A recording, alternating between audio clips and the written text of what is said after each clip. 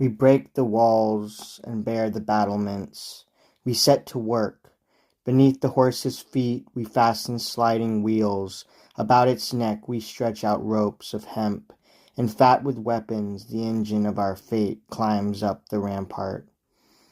And boys and unwed girls surround it, singing their sacred chants, so glad to touch the cable. The horse glides, menacing, advancing toward the center of the city. O my land, O Ilium, the home of gods and Dardan walls, long renowned in war. 4 times it stalled before the gate, at the very threshold. 4 times the arms clashed loud inside its belly. Nevertheless, heedless, blinded by frenzy, we press right on and set the inauspicious monster inside the sacred fortress. Even then can Cassandra chant of what will come, with lips the gods had doomed to disbelief by Trojans. That day was our last, and yet, helpless, we crown the altars of the gods with festive branches all about the city. Meanwhile the heavens wheel, night hurries from ocean, and clothes within its giant shadow the earth, the sky, the snares of myrmidons. The silent Trojans lie within their city as sleep embraces their exhausted bodies. And now from Tenedos the Argive army were moving in their marshaled ships beneath the friendly silence of the tranquil moon, seeking familiar shores. The royal galley has signaled with its beacon torches, Sinon, shielded by the unkindly destinies of gods, can secretly set free the Danaans out of the monster's womb, the pinewood prison. The horse, thrown open, gives them back to air. They exit gladly from the hollow timber. The Sandris, Sthenelus, the captains, fierce Ulysses gliding down the lowered rope, and Thoas, Acamas, and then the grandson of Peleus, Neoptolemus, the chieftain, Machaon, Menelaus, then Epus, the very maker of the stratagem. They fall upon the city buried deep in wine and sleep, the guards cut down, the gates thrown open. They can welcome their companions and gather the conspirators in one.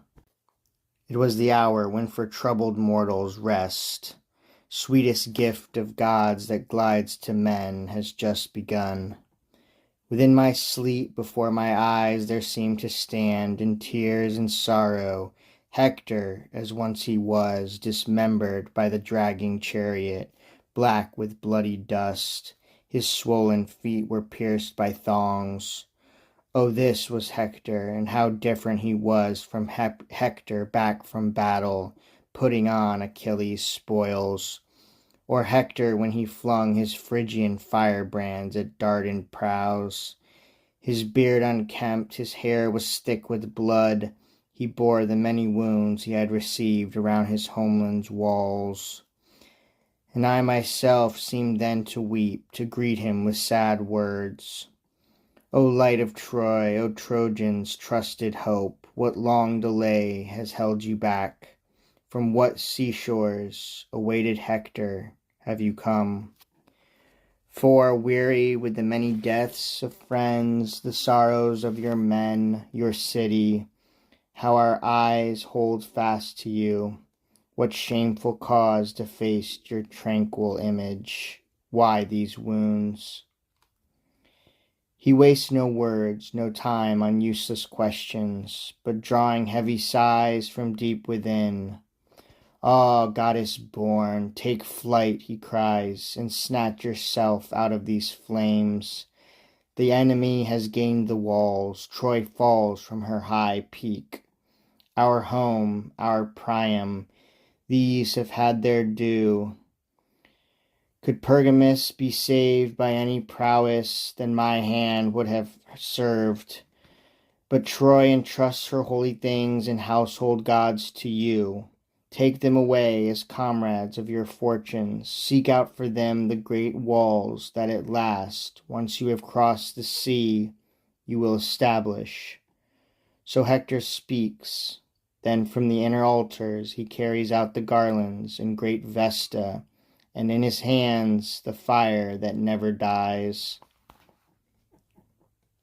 Meanwhile the howls of war confound the city, and more, although my father's house was far, withdrawn and screened by trees, the roar is sharper, the dread clash of battle grows. I start from sleep and climb the sloping roof above the house. I stand, alerted.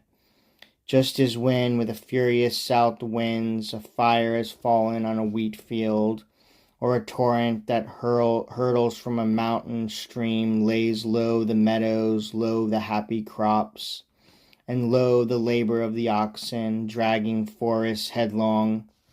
And even then, bewildered and unknowing, perched upon a rock, the shepherd will listen to the clamor. Now indeed the truth is plain, the guile of Greece made clear. The spacious palace of Deiphobus has fallen, victim of the towering Vulcan. And now Ucalegon's his neighbor burns, and wide Sigium's harbor gleams with fire.